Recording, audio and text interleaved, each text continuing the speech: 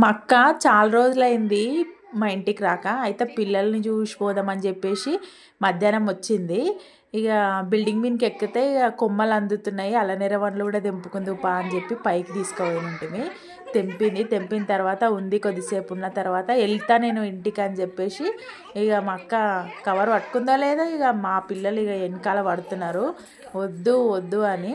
ఇక మా అక్క వాళ్ళకి నచ్చజెప్పి ఇక సరే అని కొద్దిసేపు ఆడిపించి పోదామని చెప్పేసి ఉట్టిగా ఏదో టైంపాస్ కోసం ఇట్లా పైసలాట ఆడుతున్నారనమాట. కొద్దిసేపు అట్లా ఆడిపించి ఇక వాళ్ళని కొంచెం ఖుషి చేసిన తర్వాత ఇక మళ్ళీ పోతుంటే మళ్ళీ వెనకాల పడుతురు. సరే అని చెప్పేసి నేను మళ్ళీ వస్తా, ఏడవకండి అని చెప్పేసి ఇంక వెళ్ళిపోయింది. ఇక మా అక్క చిన్నపిల్లలు ఇట్లనే చేస్తారు కదా, ఎవరన్నా ఇంటికి వస్తే వాళ్ళ వెనకాల పడతారు, పోవద్దు నేను వస్తాను అనదొలుకో అని.